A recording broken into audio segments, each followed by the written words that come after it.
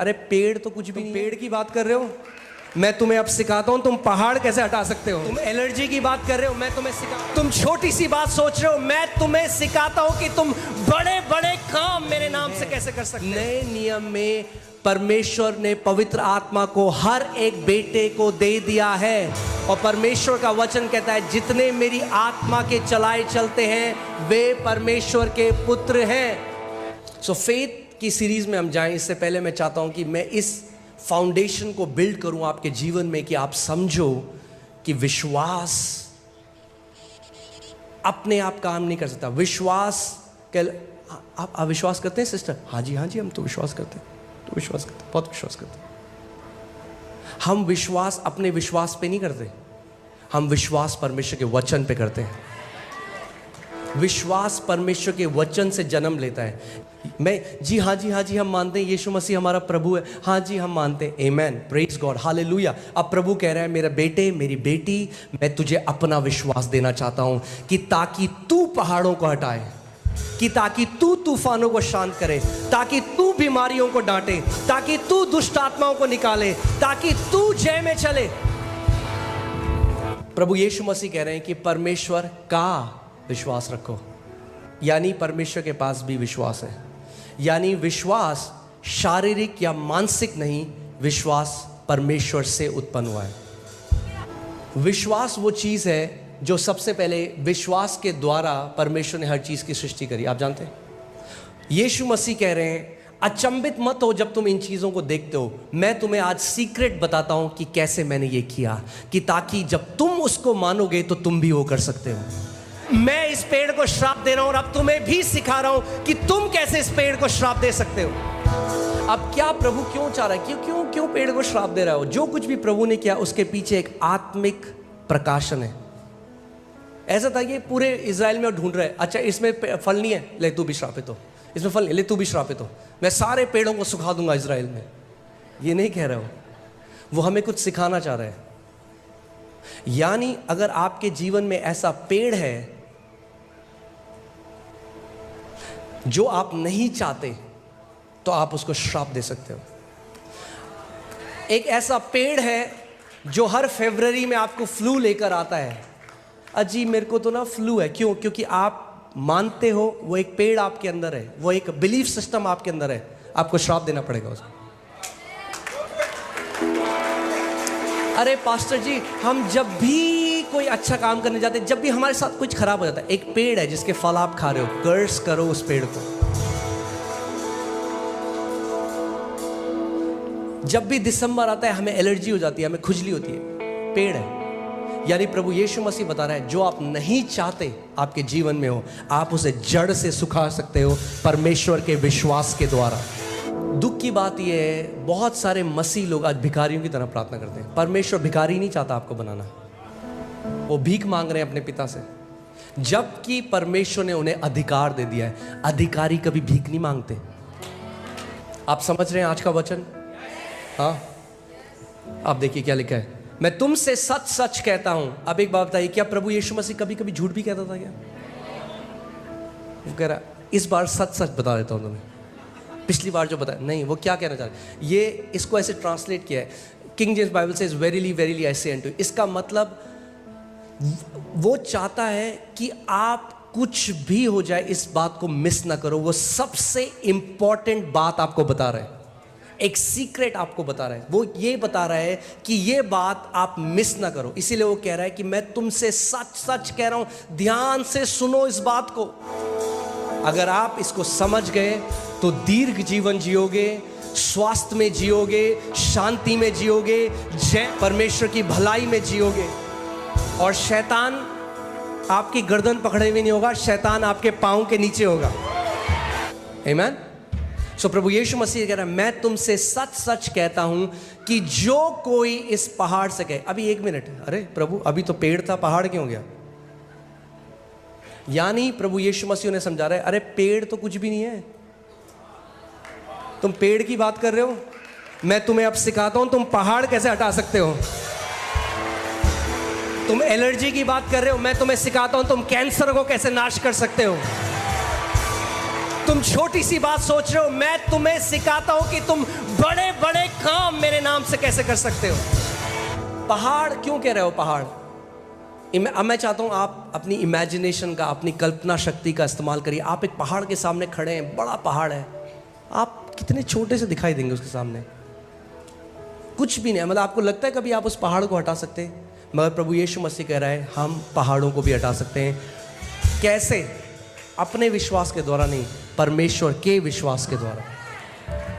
मैं तुमसे सच सच कहता हूं कि जो कोई इस पहाड़ से कहे, एक्चुअली में ये सही कहे नहीं कहा प्रभु ने यहाँ पे, उसने कहा जो कोई इस पहाड़ को कमांड करे, आज्ञा दे।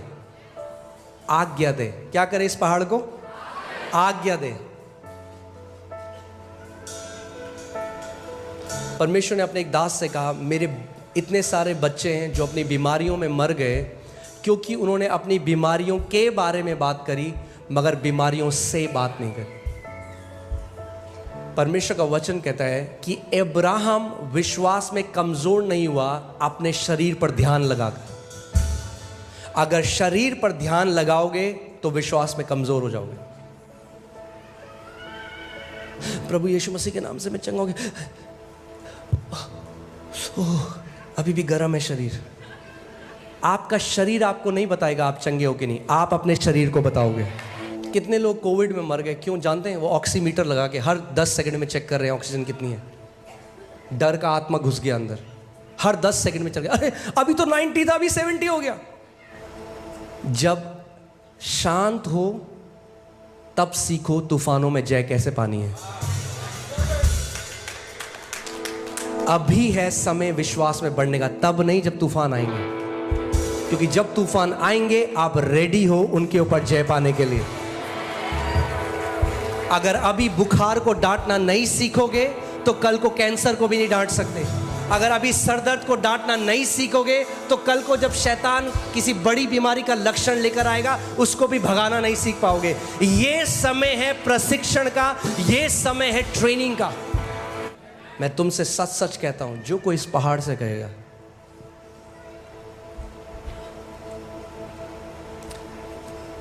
आप सोच सकते हैं कि उस समय चेले वो सोचोगे क्या बात कर रहा है प्रभु, मतलब समझ से परे है। क्या कह रहे हैं? हम पहाड़ को हटा सकते हैं? इम्पॉसिबल लगता है। हो सकता है कोई बीमारी है जो आप 40 साल से झेल रहे हैं, आपने मान लिया वो आपकी है, आप कह रहे हैं ये इम्पॉसिबल है, डॉक्टर मेडिकल साइंस में इसका कोई इलाज नहीं है, ये तो जा ही नहीं सकती, आज तक एक भी व्यक्ति चंगा नहीं हुआ। अरे तो पहले हो जाओ ना, पहले बन के उदाहरण बन जाओ। आप चंगे हो जाओगे तो करोड़ों और चंगे हो जाएंगे आपकी गवाही को देखकर। वो पहाड़ है आपके जीवन में। आमीन।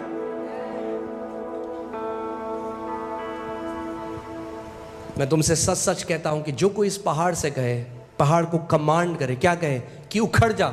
उखड़ जा कहना नहीं है, कमांड करना है। उखड़ जा, प्लीज उखड़ जाइए, ये नहीं कह रहा प्रभु। पहाड़ जी प्लीज चले जाइए, है ना। जिस गांव से मैं हूं वहां पे क्या होता है, जब दुष्ट आत्माएं आ जाती है ना किसी के अंदर, तो दुष्ट आत्मा बोलते हैं क्या चाहिए आपको, बताओ क्या चाहिए। उनकी पूजा करते हैं। प्रभु यीशु ने डांट के भगाओ, निकल यीशु के नाम में। वो पूजा करने लग जाते हैं। हाँ जी क्या चाहिए, वो फिर और खेलती है, हाँ ये भी दो वो भी दो। शैतान को बहुत पसंद है अगर उसको कोई अटेंशन दे। बेचारे को हेवन में तो मिली नहीं, अब यहाँ जो देता है वो फिर सीधे उसके बेडरूम में जाता है, कहता हाँ यहाँ कंफर्टेबल। अच्छा एक काम करो, चलो 2 चाय बना के लाओ मेरे लिए, पॉपकॉर्न भी लेके आओ। विश्वास के लोग रिक्वेस्ट नहीं करते, कमांड करते हैं। कमांड करते हैं। कमांड करना सीख जाओ कि यीशु मसीह ने तुम्हें अपना अधिकार दिया है। आप लूका 10:19 लगाइए। क्या दिया यीशु मसीह ने आपको? अपना अधिकार दिया। भैया कमाया नहीं है आपने उसको। इंग्लिश में बोलते हैं डेलीगेटेड अथॉरिटी, यानी वो अधिकार जो उसका है मगर उसने आपको दे दिया है। बोलो देखो, पड़ोस को बोलो देखो। कई लोग देखते ही नहीं है, यानी देखो मतलब आत्मिक रूप से देखो कि तुम्हारे पास है ये। देखो मैंने तुम्हें सांपों और बिच्छुओं को रौंदने का, लकड़ी से ऐसे हटाने का नहीं, रौंदने का अधिकार दिया है। हालेलुया। परमेश्वर ने आपको सांपों और बिच्छुओं को रौंदने का अधिकार दिया है। बोलो मेरे पास अधिकार है सांपों और बिच्छुओं को रौंदने का, और शत्रु की सारी सामर्थ के ऊपर।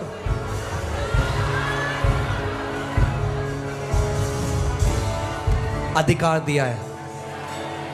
आप जानते हैं कलीसिया की दिक्कत क्या है? हम आज भी नहीं मानते कि प्रभु ने क्या कर दिया है हमारे लिए। हम भीख मांग रहे हैं, प्रभु कर दे। लोग बोलते हैं मैं वहां गया था तो बहुत बड़ी दुष्ट आत्मा है उसके अंदर, बहुत बड़ी, और थप्पड़ मार दी। तभी तो थप्पड़ मारी क्योंकि तुम्हारी नजर में बहुत बड़ी है। अलग नहीं हो तुम उन स्पाइस से जो 12 जासूस गए थे। उन्होंने कहा हम तो ग्रास हॉपर जैसे थे, हम तो टिड्डी जैसे थे उन लोगों के सामने। और वो दुष्ट आत्मा आपस में करेंगे, ओ यार ये परमेश्वर का पुत्र आ गया, इसके पास अधिकार है हमें निकालने का। कितने मसीह ऐसे हैं ना, वो फील करना चाहते हैं, फील। ओह झुरझुरी हुई, ठंडा लगा, गरम लगा, मुझे अधिकार है। परमेश्वर ने नहीं कहा अधिकार फील करो, विश्वास करो कि है। फील करो या ना करो, ठंडा लगे, गरम लगे, ना लगे, मानो जो परमेश्वर का वचन कह रहा है। बोलो मेरे पास अधिकार है। आपको फील हो ना हो, है। कितने लोगों को पता है कि उनके पास दिमाग है? अपना हाथ खड़ा करो। फील हो रहा है आपको आपका दिमाग अभी, मगर पता है फीलिंग जरूरी नहीं है, मान लो कि है। बोलो देखो। यानी आप कैसे देख सकते हैं? घर में जाओ, एक चेयर में बैठो, हाँ, use the faculty of your imagination. अपनी कल्पना शक्ति को इस्तेमाल करना। क्या कोई बीमारी है जो आपको वो करिए? बैठो और देखो कि वो एक सांप की तरह, एक बिच्छू की तरह आपके पास आ रहा है, और आप उसे कर रहे हो खचक पचक पच, और आपने उसका बना दिया काला पेस्ट। वो अधिकार जो प्रभु यीशु मसीह ने आपको दिया है केवल काफी नहीं है कि उन अटैक्स को रोक देगा जो अटैक आपके जीवन में हो रहे हैं। वो इतना महान है कि वो कह रहा है तुम शत्रु की सारी सामर्थ को पूरा कुचल दोगे, रौंद दोगे। रौंदने का मतलब क्या है? अगर आपने किसी बिच्छू को रौंद दिया तो फिर क्या है? फिर वो डंक नहीं मार सकता दोबारा। एक बार रौंद दिया गया है, और यीशु कह रहा है वही अधिकार मैंने तुम्हें दिया है। अपने आप को पावरलेस देखना बंद करो और मानना शुरू करो जो परमेश्वर का वचन आपके लिए कहता है। फिर से पढ़ें इसको, सींचे, थोड़ा सींचना पड़ेगा कई बार जब तक इसके फल ना आने लग जाएं। फिर से सींचते हैं, रेडी हैं आप? फिर से सींचते हैं, रेडी हैं आप? देखो, पड़ोसी को बोलो देख सकते हो, बोलो देखो। देखना जरूरी है। परमेश्वर ने इब्राहिम को बोला जो भूमि तू देखता है मैं तुझे देता हूं। अगर अधिकार में चलना चाहते हो तो अपने आप को एक अधिकार की तरह, अधिकारी की तरह देखो। आपने देखा कई अलग अलग जगह अलग अलग अधिकारी हैं। ग्रामीण शिक्षा अधिकारी, हाँ, आप भी, हम भी अधिकारी हैं। बिच्छू रौंदने वाला अधिकारी। पड़ोसी को बोलो पड़ोसी मैं अधिकारी हूं। बोलो मेरे पास अधिकार है। Hear this. If you will release your authority, God will release His ability. अगर आप अपने अधिकार का इस्तेमाल करोगे तो परमेश्वर अपनी सामर्थ का इस्तेमाल करेगा। आपका अधिकार और परमेश्वर की सामर्थ साथ में काम करता है। मगर अगर आप अपने अधिकार का इस्तेमाल नहीं करोगे तो परमेश्वर की सामर्थ कार्य नहीं कर सकती, क्योंकि अधिकार उसने आपको दिया है। वो बीमारी डंक मारती रहेगी जब तक आप अपना मुंह नहीं खोलोगे और बोलोगे, शैतान यीशु मसीह के नाम में मैं तेरी सारी गंदी ताकत को बांधता हूं और तुझे अपने पांव के तले कुचलता हूं यीशु के नाम में।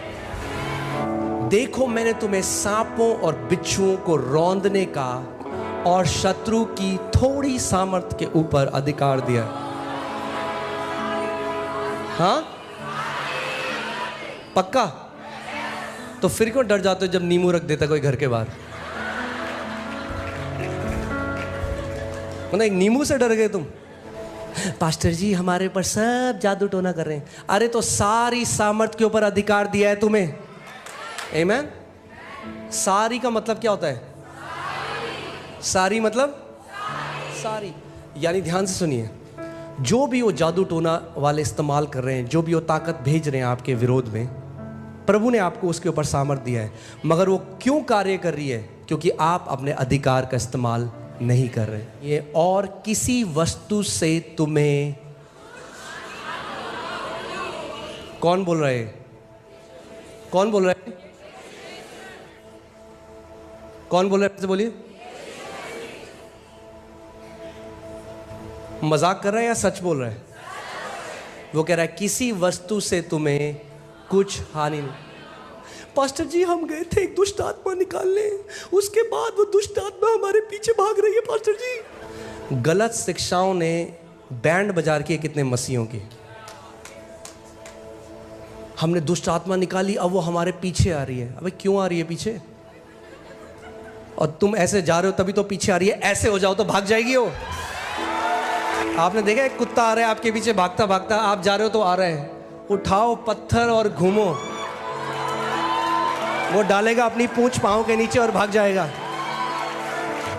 आपने देखा कितने सारे हम सबके साथ ऐसा होता है। आपके घर में कोई भी प्रॉब्लम है, लीकेज की प्रॉब्लम है, सीलन आ गई, और आप कहते हो चलो ठीक करा लूँगा, और वो 1 महीना हो गया, 2 महीना हो गया, 6 महीना हो गया, आपको दिक्कत हो रही है, मगर आप कह रहे हो करा लूँगा, मगर जब तक आप कुछ एक्शन नहीं लेते वो चीज़ वहीं रहती है। फिर आपने एक दिन अर्बन क्लैप किया, आपने बुलाया, एक बंदा आया, ठीक कर दिया, फिर आप कहते हो यार पहले क्यों नहीं किया मैंने?